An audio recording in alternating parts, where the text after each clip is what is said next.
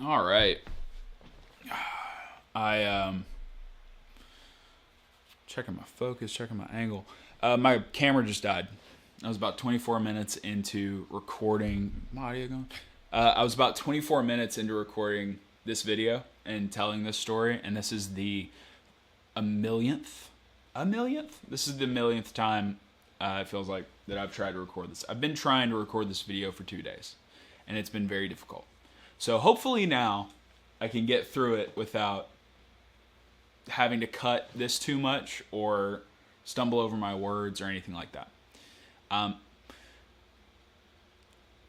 this is my story. This is one of the behind the scenes stories, or this is one of the stories that goes into why Blank Page exists. You have to understand something. You have to understand two things about me. Number one, I was raised very conservative Pentecostal. That affected my entire life. How I see the world, how I view the world, how I view everything. Not Hillsong Pentecostal. I'm talking about like Pentecostal. Not that denomination matters, because I think that a lot of what happened to me and in my story can happen to you in any denomination of any faith. It's not denomination specific what I went through, but for context. So that's number one. Number two, I have wanted to start something like this since I could remember. I've wanted to start a YouTube channel. I've wanted to make content for people. I was in a job interview one time where the interviewer asked me what my purpose was. And to be honest with you, that's a question that I've thought about all my life. But I never had a definite answer for her. And I looked at her without even blinking when she asked me that, and I said, well, the purpose of my life is to tell stories that change people's lives for the rest of mine. And I was like, okay, wow, that's a line. That's a bar. Cheesy, but a bar. And that's what I want to do. That's what I want to do with Blank Page. That's what I want to do here. I'm 29 years old. I'm almost 30. I'm staring 30 in the face. Admittedly, I'm nowhere close to where I want to be with this thing because of perfectionism. Probably the worst. There's always going to be somebody worse than me, but I've had a pretty horrific relationship with perfectionism and managing perception because of my background, which I'm going to tell you about right now, which is something I never thought I would do. Here we are. So I grew up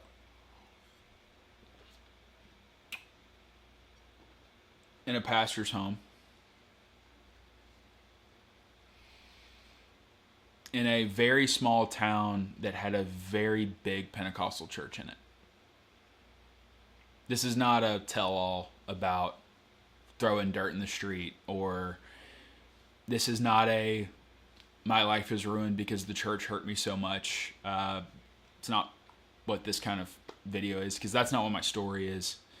But I did grow up in a very optics focused environment where I was not mistakes were very frowned upon in the community that I was in. I could not be seen making any kind of mistake. I had to be careful of who I was friends with. I had to make sure that I was never seen doing anything wrong. And when I say anything wrong, I mean literally anything wrong. I couldn't make anyone mad. That's what I felt like growing up. You can't step on toes. You have to be good all the time. Because of how I was raised, there was not very many paths I could go down with approval, with community approval. It was really expected. I felt a lot of expectation that I would be a minister of some kind or a worship leader of some kind. And I found myself on the missions field in 2020. I was assisting a missionary in Riga, Latvia, which is 10 hours from Moscow. It's in the Baltics. And I got there in late Feb, and in March the world shut down. We're on the 6th anniversary of everything happening. 6 years ago. It's wild. And where I thought I was going to be a missionary, or where I thought that I was going to be visiting a bunch of different countries, there was a list of 11 at one point that him and I were going to fly around, the missionary I was assisting, where him and I were going to fly around spanning continents. Like, we were hitting a bunch. And all that went away overnight. What we were going to do was teach, preach, but do training seminars for how to win people, how to spread the gospel effectively. And he looked at me. He was wild. I'm talking like he's dead. He's not. He's not on the field anymore, but he's not dead. He looked at me and he was like, all right, we're going to film all of these. We're going to film all of these videos. We're going to, everything that I was going to say, we're going to film it. We're going to send it to him. So it snowballed into a 50 video instructor's course. Essentially a master class in evangelism. And me, Braden, was in charge of filming and editing all of it. Now, I had not opened Premiere Pro ever at that time. I had edited maybe 1 or 2 videos in iMovie. So I found myself just a stone's throw from the dog of a river, editing and watching Peter McKinnon tutorials on how to film and edit. That's where I learned what a ripple delete was. That's where I learned frame rates. That's where I learned all of it. And as I was editing, I had something spark. I'll never forget the missionary looking at me and saying, I'm kind of worried that you're loving editing more than preaching.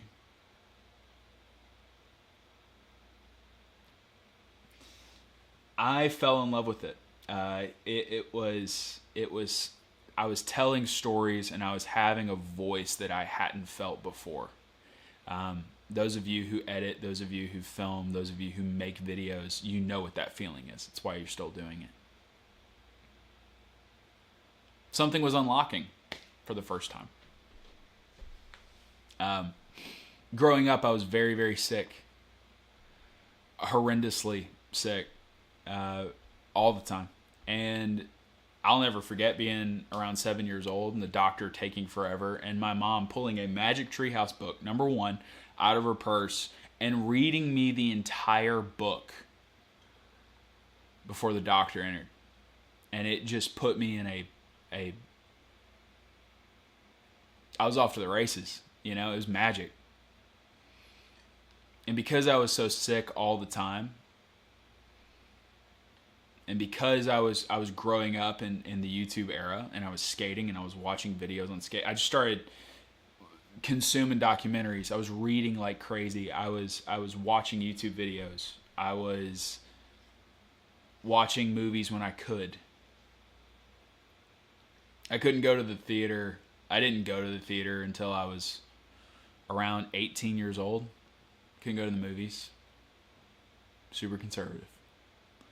But then I started going to the movies and experiencing what the magic of editing was and storytelling, because I was able to escape and do storytelling, and I was able to escape into books, movies, TV shows, and figure out what it was that I believed. And I couldn't do that at church.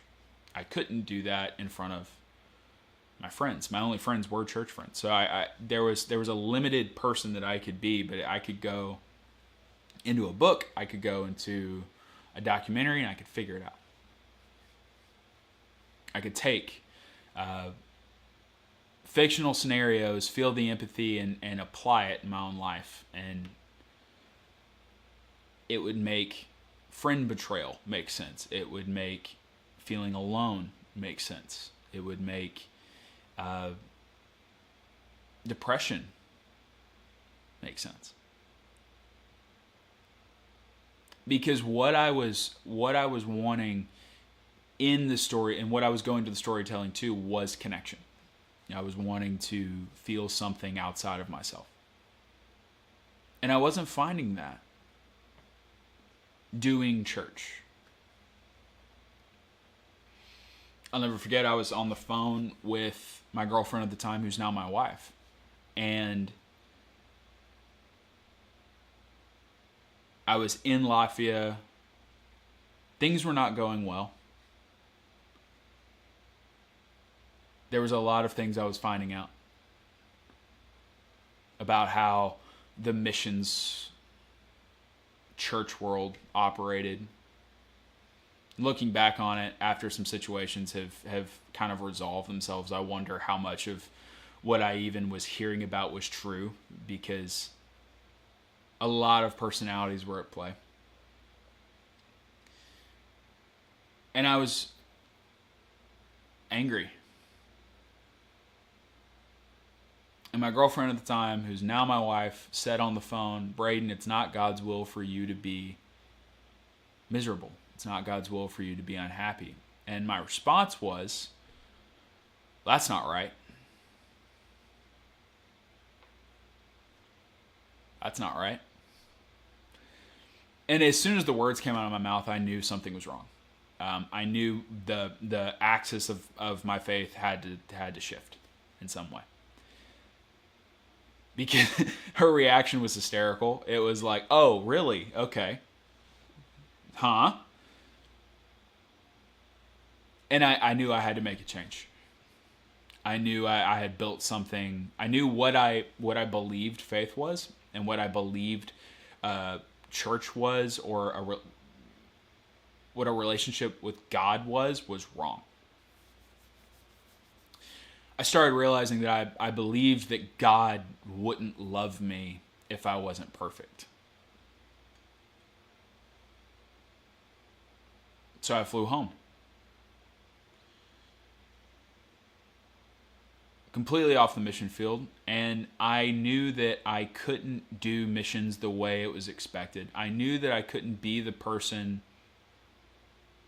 that was required to do what was being asked. I knew I couldn't be that person.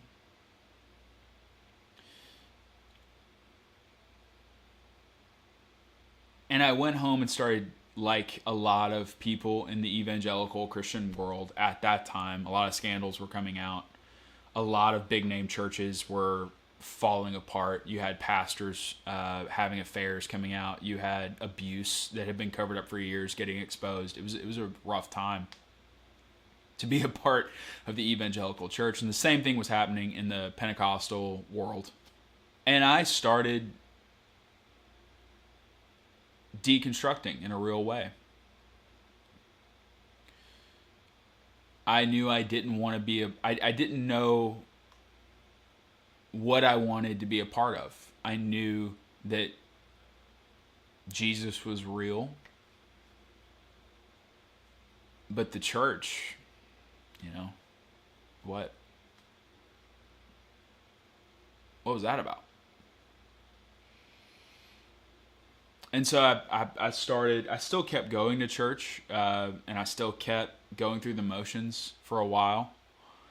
And I started building the skill of becoming someone who can be comfortable behind a camera and in an editing booth. I was editing like crazy. I was building my chops in every single way that I could. And inside, I was feeling that spark that I felt when I was a little kid that wanted to make a YouTube channel, that wanted to start something, that wanted to create something for other people, people like me. And the more I learned about YouTube, and the more I learned about videography, the more I learned about how to edit, how to add sound, how to design. I eventually started dabbling with graphic design. The more creating Blank Page started forming in my head. It wasn't Blank Page then, but... And I kept siphoning off what Blank Page could be, and I kept limiting it and putting it in the container of, well, Blank Page can only exist as long as it makes this crowd happy. I can't post content that wouldn't make so-and-so look good. A lot of that training from growing up has been affecting this. And I would give myself excuses. I would say, after I get married, when I would say things like, whenever I start making more money and I can buy the things that all the YouTubers want, all the, cinematographers want. I even gave myself the Christian excuses of, well, that's not my calling. And I kept talking to myself as if I had to answer to a God who didn't put this drive in me, and who didn't put the desire in me, and who didn't give me the talents to do it. And for years, I've been circling the drain on making that happen. Let's see, we're at 20 minutes. Why do I say all of this? Because I've seen a lot of videos where people will talk about how they deconstructed, but really they were just listing out offenses of terrible things that people did to them. But they never talk about how the love of God met them and helped heal that offense. I am someone who is actively reconstructing my faith. And I will be doing that until the day I die. There are aspects of being a Christian and walking as close to God as you can that I will never master until the day I die. But I have started, and it began then, and it still continues now. I've started to truly make a relationship with God as real as possible to me. What does that look like?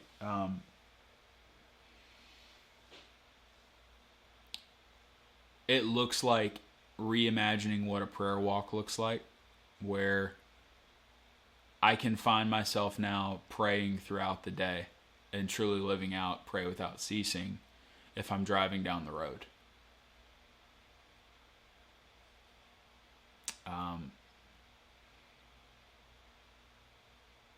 It looks like not having judgment for other people and trying to love people as much as possible.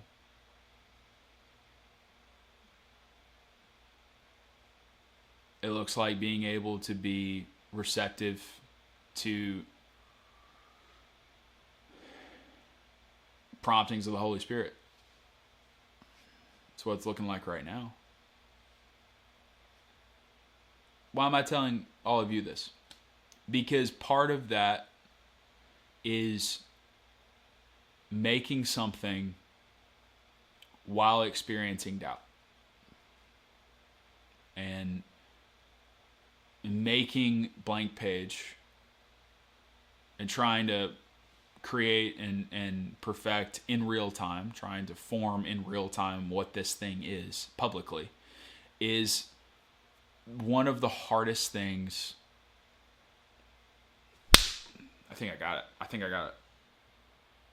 All right, that fruit fly has been killing me for a minute. It's one of the things that has...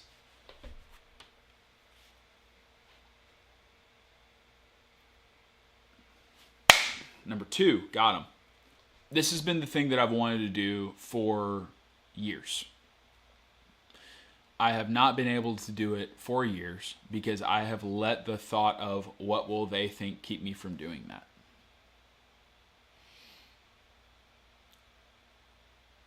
And if you're watching this and if you have that same mentality going on, I want you to know that you're not the only one experiencing that. If you've been hurt by the church, give faith a shot. Give it another shot. Give prayer another shot. I don't see Blank Page being a faith-based channel. I don't see it being a Christian channel. But I am a Christian and I am making content, so it's gonna make its way in. That's really all I got. This is a place for authenticity. This is a place where I want to make authentic content. But in order to make authentic content, I have to be authentic myself. And that is by far the hardest part of this process. So, love you.